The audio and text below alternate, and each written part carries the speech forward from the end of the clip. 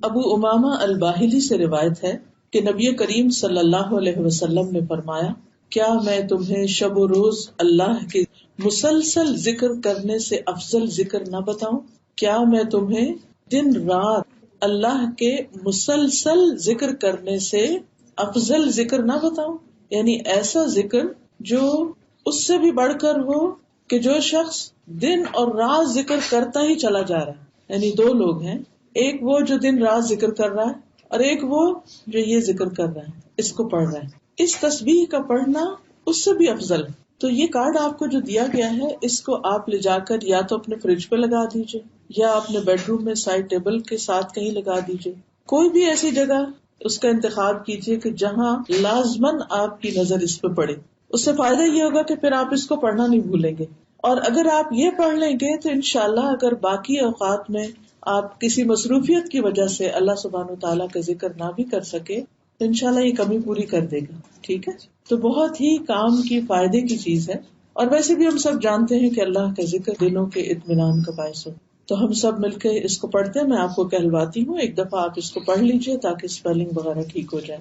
الحمدللہ عدد ما خلق، الحمد للہ ملء ما خلق، الحمد للہ عدد ما فی السماوات وما فی الارض، الحمد للہ عدد ما احصى کتابہ، والحمد للہ علی ما احصى کتابہ، والحمد للہ عدد کل شیء، والحمد للہ ملء کل شیء.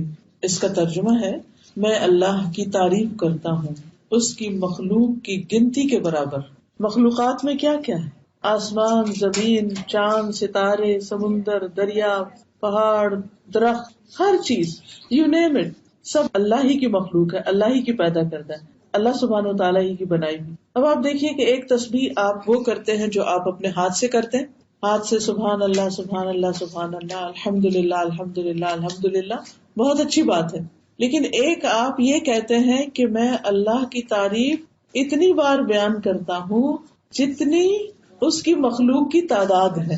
ہم گن سکتے ہیں کتنی تعداد ہے؟ اگر اس ساری مخلوق کی ایک تسبیح بنائے تو ہماری زندگی ختم ہو جائے اور ہم اس کا ایک چھوٹا سا حصہ بھی نہ پڑھ سکیں. پھر ہے الحمد للہ ملء ما خلق، میں اللہ کی تعریف کرتا ہوں جس سے اللہ کی مخلوقات بھر جائیں، یعنی زمین و آسمان کے درمیان جو فضا ہے ساری کی ساری بھر جائے، اتنی زیادہ تعریف کرتا ہوں میں اللہ کی. پھر ہے الحمد للہ عدد ما فی السماوات وما فی الارض، میں اللہ کی تعریف کرتا ہوں ان چیزوں کی گنتی کے برابر جو آسمان اور زمین میں ہے. کوئی شخص یہ کہہ سکتا ہے کہ بھئی ابھی تو ساری مخلوق کی بات ہو گئی، تو پھر اس کے بعد دوبارہ آسمان اور زمین کی الگ الگ کیوں بات ہو رہی؟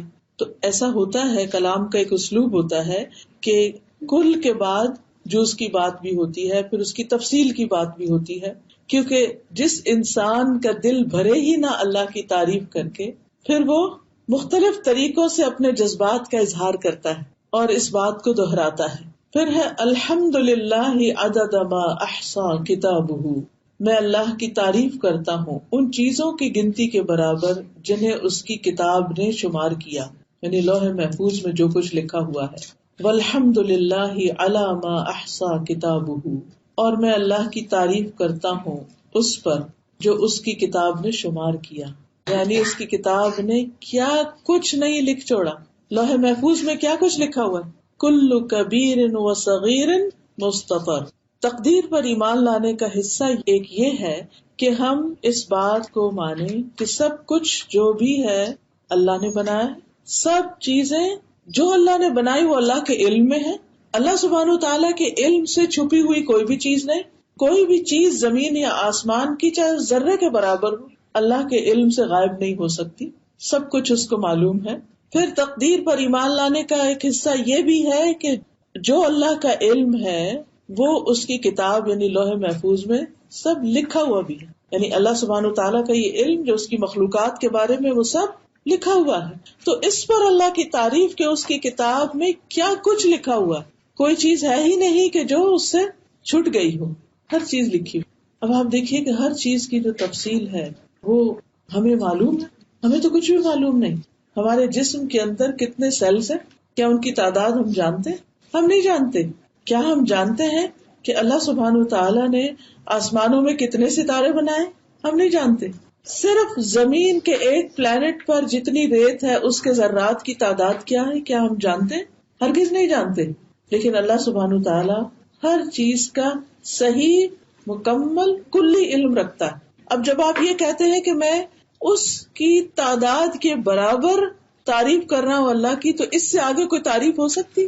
انسان اس سے آگے کچھ نہیں کہہ سکتا. ہاں، اللہ سبحانہ وتعالیٰ جیسے اپنی تعریف کرے وہی اس کا حق ادا کر سکتا ہے، ہم اس کا حق ادا کر ہی نہیں سکتے. والحمد للہ عدد کل شیء. پھر بات وہی ہے، انداز مختلف ہے اپنے جذبات کا اظہار کرنے کا، اور اللہ کی تعریف اور تعریف اللہ ہی کے لیے ہر چیز کے عدد کے برابر، ہر چیز کی تعداد کے برابر، ہر چیز کی گنتی کے برابر. والحمد للہ ملء کل شیء، اور میں اللہ کی تعریف کرتا ہوں جس سے ہر چیز بھر جائے. تو اصل میں یہ تو ایک محبت کا انداز ہے. جو شخص اللہ سے محبت کرتا ہے وہ اس کی تعریف کیے بغیر رہ ہی نہیں سکتا. دیکھیے، ہم جس سے بھی محبت کرتے ہیں، کوئی بھی چیز آپ لیجئے اللہ ہی کی بنائی ہوئی چیزوں میں سے، کوئی پھول ہے، کوئی پہاڑ ہے، کوئی درخت ہے، کوئی انسان ہے، کسی بھی چیز سے جب ہم محبت کرتے ہیں تو پھر لا محالہ ہماری زبان پر اس کی تعریف آتی، اور ہم اس کی تعریف کرتے ہوئے تھکتے ہی نہیں، کرتے چلے جاتے ہیں. کبھی ایک انداز سے، کبھی دوسرے انداز سے. آپ نے دیکھا ہوگا کہ ماں کو اپنے بچے سے جیسے محبت ہوتی ہے تو وہ اس محبت کے اظہار میں اس بچے کے کتنے کتنے نام رکھ دیتی ہے اور کیسے کیسے اس کو بلاتی، اور پھر بھی اس کا دل نہیں بھرتا. یہ قدرتی سی بات ہے. تو جس شخص کو اللہ سبحانہ و تعالیٰ سے محبت ہو، پھر یہ ہو ہی نہیں سکتا کہ وہ اس کی تعریف کرتے کرتے کبھی تھکے، یا اس کی تعریف سے کبھی اس کا دل بھرے. دل بھر ہی نہیں سکتا، ہم حق ادا کر ہی نہیں سکتے. لہذا یہ ایک چھوٹا سا اظہار محبت ہے، اظہار تعریف ہے، تعریف کا ایک انداز ہے جو ہماری زبان تو بیان کرنے سے قاصر ہے. یہ بھی اللہ کے رسول صلی اللہ علیہ وسلم کا ہم پر احسان ہے کہ انہوں نے ہمیں یہ الفاظ سکھا دیے. اب ہمارا کام بس اتنا ہی ہے کہ ہم ان کو پڑھ تو لیں، اور سمجھ کے پڑھیں گے تو اور زیادہ اجر و ثواب ہوگا. اور اگر ہر روز کم از کم ایک دفعہ اس کو پڑھ لیں، زیادہ دفعہ بھی دل چاہے تو زیادہ دفعہ پڑھ لیں، لیکن کم از کم ایک دفعہ پڑھ لیں، فائدہ آپ ہی کو ہوگا، دل آپ ہی کا سکون میں آئے گا اور دل آپ ہی کا خوش ہو جائے گا. تو اس میں بخل نہ کیجیے گا، اللہ سبحانہ و تعالیٰ کی تعریف میں بخل نہ. اور پھر ہم جب لوگوں کی تعریف کرتے رہتے ہیں تو بعض اوقات اللہ کی تعریف بھول جاتے ہیں، پیچھے چلی جاتے ہیں، کبھی اس کی بات، کبھی اس کی بات، کبھی اس کی بات. ہماری باتیں عام طور پر کیا ہوتی، یا کسی کی غیبت ہوتی یا کسی کی تعریف ہوتی، اللہ کا ذکر کم ہی کرتے. تو اس کمی کوتاہی کا ازالہ اسی طرح ہو سکتا ہے کہ ہم کم از کم ایسی دعائیں پڑھتے رہیں. ٹھیک ہے، پھر اب ہم سمجھ کے اس کو دوبارہ پڑھتے ہیں. الحمد للہ عدد ما خلق، الحمد للہ ملء ما خلق، الحمد للہ عدد ما فی السماوات وما فی الارض، الحمد للہ عدد ما احصى کتابہ، والحمد للہ علی ما احصى کتابہ، والحمد للہ عدد کل شیء، والحمد للہ ملء کل شیء. سب کے پاس ہے نا کارڈ؟ اگر نہیں تو ضرور لے لیجیے، بلکہ اپنے بچوں کو بھی سکھائیے، اپنے دوستوں کو، اپنے رشتہ داروں کو، سب کو خیر بانٹیے. اس کی وجہ یہ ہے کہ جب وہ بھی پڑھیں گے اس کو اور آگے سے آگے سکھائیں گے، بتائیں گے، تو جتنے لوگ بھی یہ کریں گے پھر اس کا سارا ثواب بھی آپ کو ملے گا. تو اپنے ثواب میں اضافہ کیجیے دوسروں کے ساتھ اس خیر کو بانٹ کر، اس کو شیئر کر کے. ٹھیک ہے، چلیے اب ہم مین لیکچر کی طرف آتے ہیں. آج کے لیکچر کا ٹاپک کیا ہے؟ مشکلات سے نجات. ٹھیک ہے انشاءاللہ. نحمده ونصلی علی رسولہ الکریم، اما بعد فاعوذ باللہ من الشیطان الرجیم. بسم اللہ الرحمن الرحیم. رب اشرح لی صدری ویسر لی امری واحلل عقدۃ من لسانی یفقہوا قولی. مشکلات سے نجات. ہم میں سے ہر شخص مشکلات سے نجات چاہتا ہے. وہ اپنی زندگی میں کوئی بھی مشکل دیکھنا نہیں چاہتا. مشکلات کیوں آتی ہیں؟ قرآن مجید میں اللہ سبحانہ وتعالیٰ فرماتے ہیں وَلَنَبْلُوَنَّكُمْ بِشَيْءٍ مِّنَ الْخَوْفِ وَالْجُوعِ وَنَقْصٍ مِّنَ الْأَمْوَالِ وَالْأَنفُسِ وَالثَّمَرَاتِ وَبَشِّرِ الصَّابِرِينَ الَّذِينَ إِذَا أَصَابَتْهُم مُّصِيبَةٌ قَالُوا إِنَّا لِلَّهِ وَإِنَّا إِلَيْهِ رَاجِعُونَ أُولَٰئِكَ عَلَيْهِمْ صَلَوَاتٌ مِّن رَّبِّهِمْ وَرَحْمَةٌ وَأُولَٰئِكَ هُمُ الْمُهْتَدُونَ. اور یقیناً ہم تمہیں خوف اور بھوک اور مالوں اور جانوں اور پھلوں کی کمی میں سے کسی نہ کسی چیز کے ساتھ ضرور آزمائیں گے. یہ اللہ سبحانہ وتعالیٰ نے پہلے ہی بتا دیا کہ ہم تمہیں آزمائش میں ڈالیں گے، ہم مشکل میں ڈالیں گے.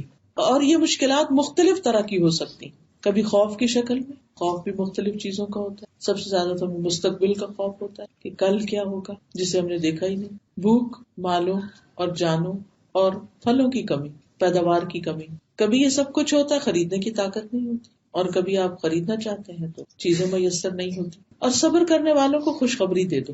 وہ لوگ کہ انہیں کوئی مصیبت پہنچتی ہے تو کہتے ہیں بے شک ہم اللہ کے لیے ہیں، بے شک ہم اللہ کے لیے ہیں. یعنی مصیبت آنے پر اللہ سے ناراض نہیں ہوتے، بلکہ کیا کہتے ہیں؟ ہم اللہ کے لیے. کیا مطلب ہے اس بات کا کہ ہم اللہ کے لیے؟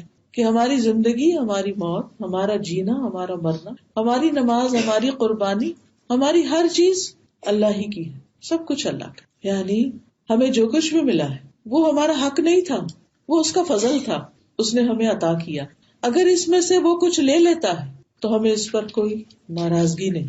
دکھ اور تکلیف تو قدرتی بات ہے، کسی بھی نعمت کے جانے یا اس میں کمی ہونے یا اس کا نقصان ہونے سے تکلیف تو ہوتی ہے انسان کو. لیکن مومن کا شیوا کیا ہوتا ہے؟ مومن کا طریقہ کیا ہوتا ہے؟ مومن کیا کرتا ہے؟ وہ کہتا ہے کہ یہ سب کچھ تو اللہ ہی کے لیے، اور پھر وَإِنَّا إِلَيْهِ رَاجِعُونَ، اور بے شک ہم اسی کی طرف لوٹنے والے ہیں. اگر کوئی چیز اس نے ہمیں دی اور ہم سے لے لی تو ہم تو خود بھی ایک دن جانے والے ہیں. یہ وہ لوگ ہیں جن پر ان کے رب کی طرف سے کئی مہربانیاں اور بڑی رحمت ہے. گویا مومن پر جب مشکل آتی ہے تو اس کا رویہ مختلف ہوتا ہے. وہ اس مشکل کو بھی اپنے لیے رب کی مہربانی سمجھتا ہے کہ اس کے ذریعے بھی میرا رب مجھے کچھ سکھانا چاہتا ہے، اس کے ذریعے بھی میرا رب میرا تزکیہ کرنا چاہتا ہے، اس کے ذریعے بھی میرا رب میرے درجات بلند کرنا چاہتا ہے، اس کے ذریعے میرا رب مجھے کامیابی کی راہ پہ لگانا چاہتا ہے، مجھے پہلے سے بہتر انسان بنانا چاہتا ہے. کیونکہ مشکلات سے نکل کر انسان جس طرح نکھرتا ہے اور جس طریقے سے وہ گرو کرتا ہے وہ اس کے بغیر کر ہی نہیں سکتا. مشکلات کی بھٹی کھرے کھوٹے کو الگ کر دیتی ہے، ہمارے اپنے اندر کے کھرے کھوٹے کو بھی اور لوگوں کے کھرے کھوٹے کو بھی، کہ کون ہمارا ہے، کون ہمارے لیے مخلص ہے اور کون ہمارے لیے اخلاص نہیں رکھتا، کون ہمارا دوست ہے، کون ہمارا دشمن ہے. یہ اچھے حالات میں نہیں پتہ چلتا، کیونکہ اچھے حالات میں تو اچھے برے سبھی لوگ ساتھ ہوتے ہیں، لیکن مشکل حالات میں صرف وہی ساتھ ہوتا ہے جو صحیح معنوں میں آپ کا دوست ہوتا ہے. تو اللہ تعالیٰ فرماتے ہیں کہ یہ وہ لوگ ہیں جن پر رب کی طرف سے بڑی مہربانیاں ہیں. ابھی تو مشکلات آئی تھی اور رب ان کو مہربانیاں کہہ رہا. ہاں، مشکل بھی مہربانی ہی ہوتی ہے، وہ بھی اس کی محبت ہی کا ایک انداز ہو، اور جس سے وہ جتنی زیادہ محبت کرتا ہے اس کو اتنی ہی بڑی مشکل میں ڈالتا ہے، کیونکہ اس کے درجے وہ اتنے ہی زیادہ بلند کرنا چاہتا ہے. سب سے بڑھ کر سب سے زیادہ مشکلات کس پر آئیں؟ انبیاء پر آئیں. کیا وہ اللہ کے محبوب نہ تھے؟ وہ اللہ کے قریب نہ تھے. اس کے باوجود اللہ سبحانہ وتعالیٰ نے ان کے درجات کی بلندی کے لیے ان کو مشکل میں ڈالا. اور پھر فرمایا یہی لوگ ہدایت پانے والے ہیں کہ جو مشکلات کا مقابلہ صحیح معنی میں کرنا جانتے ہیں. اور یہاں مشکلات کا مقابلہ کرنے کا طریقہ بتا دیا گیا ہے کہ انا للہ و انا الیہ راجعون. اب اس آیت کی روشنی میں دیکھیے کہ کیا واقعی ہم مشکل کو اپنے لیے رب کی مہربانی سمجھتے، یا صرف نعمت کو ہی مہربانی سمجھتے؟ صرف نعمت پا کر ہی ہم رب سے راضی ہوتے ہیں، یا تکلیف دہ حالات میں، مشکل حالات میں بھی ہم رب سے راضی رہتے؟ کیونکہ مشکل کے بعد جو شخص اللہ کی رضا پہ راضی ہو جاتا ہے، وَمَن يُؤْمِن بِاللَّهِ يَهْدِ قَلْبَهُ، اللہ اس کے دل کو ہدایت دے دیتا ہے، اس کو راہ دکھا دیتا ہے. وَأُولَٰئِكَ هُمُ الْمُهْتَدُونَ، ایسے ہی لوگ ہدایت پا جاتے ہیں. مشکلات کا آنا اللہ سبحانہ وتعالیٰ کے اذن سے ہوتا ہے، اور یہ اللہ کی سنت ہے، اللہ کا طریقہ ہے، اللہ کا فیصلہ ہے کہ دنیا میں انسانوں پر مختلف طرح کی آزمائشیں اور تکلیفیں آئیں گی. یعنی ایسا تو ہوگا ہی. جب انسان کو پہلے سے ہی پتا ہوتا ہے تو پھر وہ اپنے آپ کو اس کے مقابلے کے لیے تیار کرتا رہتا ہے. جیسے آج کل ٹھنڈی ہوا چل پڑی ہے تو اس سے آپ کو کیا پیغام مل رہا کہ سردی آ رہی ہے، سویٹر نکال لیں، تیار ہو جائیں اس کے مقابلے کے لیے. اور جو لوگ تیاری کر لیتے ہیں ان کے لیے کیا ہوتا ہے؟ مشکل وقت گزارنا آسان ہو جاتا ہے. اور جو تیاری نہیں کرتے پھر وہ روتے رہتے ہیں، وہ سردی کرتے رہتے ہیں، بیمار بھی پڑ جاتے ہیں، لیکن حاصل کچھ نہیں ہوتا. تو قرآن مجید میں اللہ سبحانہ وتعالیٰ نے یہ بتا کر ہم پر بڑی رحمت کی ہے کہ ہمیں بتا دیا گیا کہ آپ کو مشکلات کے لیے تیار رہنا ہے، اس کے مقابلے کے لیے اسٹیمنا بلڈ کرنا ہے، اپنے ایمان کو مضبوط کرنا ہے، اللہ سبحانہ وتعالیٰ پر اپنا توکل بڑھانا ہے، اس کی طرف رجوع کرنا ہے، کیونکہ حل بھی اسی کے پاس ہے، درجات بھی اسی کے پاس ہے، اور اس وقت میں رہنمائی بھی صحیح اسی سے مل سکتی ہے۔ سورۃ الانبیاء 35 میں اللہ تعالیٰ فرماتے ہیں کل نفس ذائقۃ الموت وَنَبْلُوكُمْ بِالشَّرِّ وَالْخَيْرِ فِتْنَةً وَإِلَيْنَا تُرْجَعُونَ۔ ہر جاندار کو موت کا مزہ چکھنا ہے، ہر کھلا ہوا پھول ایک دن مرجھا کے رہے، سرسبز پتوں پر ایک دن خزاں آ ہی جاتی اور وہ گر جاتے ہیں اور ختم ہو جاتے۔ یہ ہمارے لیے عبرت کے نشان، یاد دہانی کا ذریعہ۔ یہ گرتے پتے ہمیں یاد دلاتے ہیں کہ ایک دن ہمارے گرنے کا بھی وقت آ جائے گا، اور جب تک دنیا میں ہے تو وَنَبْلُوكُمْ بِالشَّرِّ وَالْخَيْرِ، خیر اور شر دونوں چیزوں سے ہم تمہاری آزمائش کرتے رہیں گے، امتحان لیتے رہیں گے کہ تم اچھے حال میں رب کو کتنا یاد رکھتے ہو اور مشکل وقت میں اس کو کتنا یاد رکھتے ہو۔ وَإِلَيْنَا تُرْجَعُونَ، اور ہماری طرف ہی تم لوٹائے جاؤ گے، مرنے کے بعد واپسی ہماری ہی طرف۔ اس کا مطلب کیا ہے؟ اس کا مطلب یہ ہے کہ جب تم ہمارے پاس آؤ گے تو پھر ہم تمہیں اس پر جزا یا سزا دیں گے کہ تم نے ان حالات میں کیا کیا۔ حالات کیسے بھی ہوں، ہم سب کو مسلسل اپنا محاسبہ کرتے رہنا چاہیے، اپنا جائزہ لیتے رہنا چاہیے کہ آج کے اس دن اس وقت میں میرا طرز عمل کیا ہے۔ اگر میں اس وقت اللہ کے گھر میں بیٹھی ہوں، ایک مسجد میں بیٹھی، علم کی ایک مجلس میں بیٹھی، تو اس وقت میرا دل کہاں ہے، میرا طرز عمل کیا ہے، میں اس سے کتنا فائدہ اٹھا رہی، میں یہاں سے کیا سمیٹ رہی، اس نعمت پر اللہ کی کتنی شکر گزار۔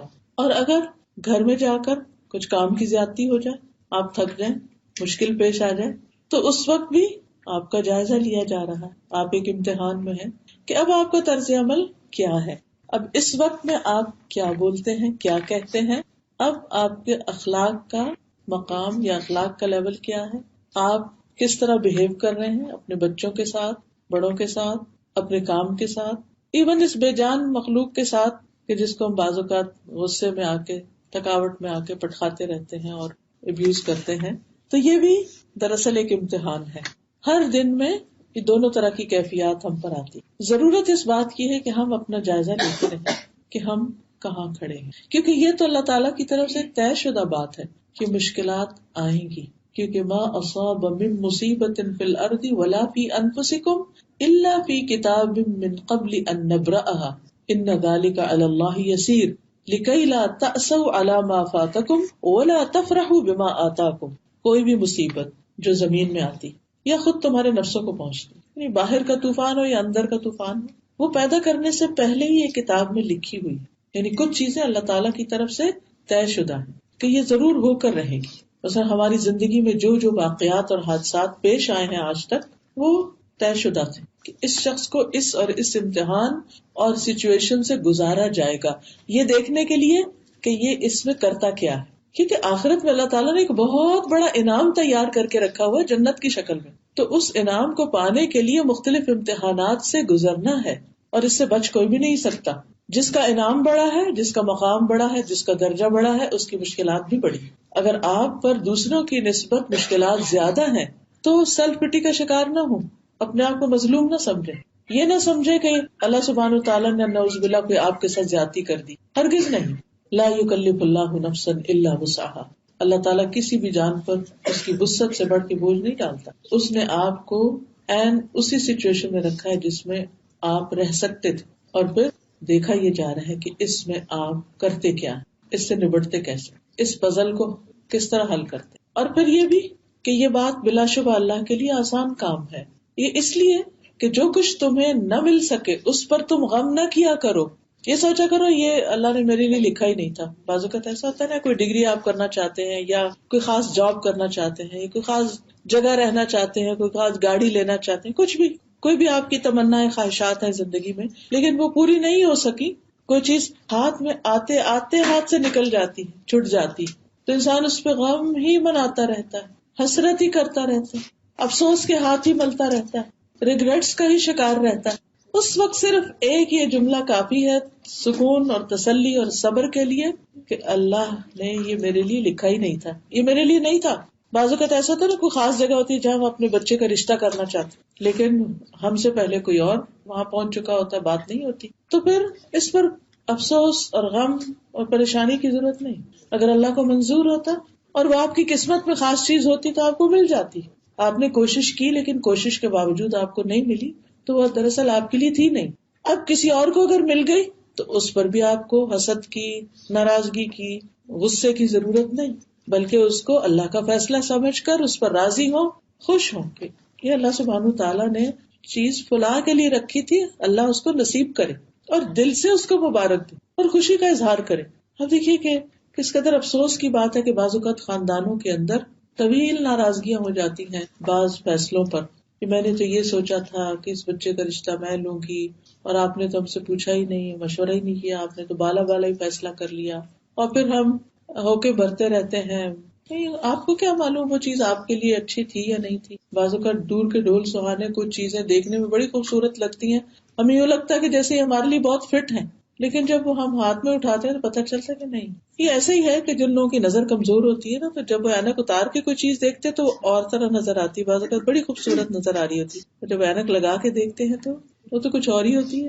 تو کہتے اوہ میں کس قدر دھوکے کا شکار تھی. بالکل اسی طرح جب ہم میں بصیرت کی کمی ہوتی ہے تو ہمیں چیزیں اور طرح نظر آتی ہیں. پھر اللہ سبحانہ تعالیٰ وقت کے ساتھ ساتھ ہماری بصیرت میں اضافہ کرتا ہے تو وہی چیز کچھ اور نظر آتی ہے. اصل میں تو سمجھ کی بات ہے نا.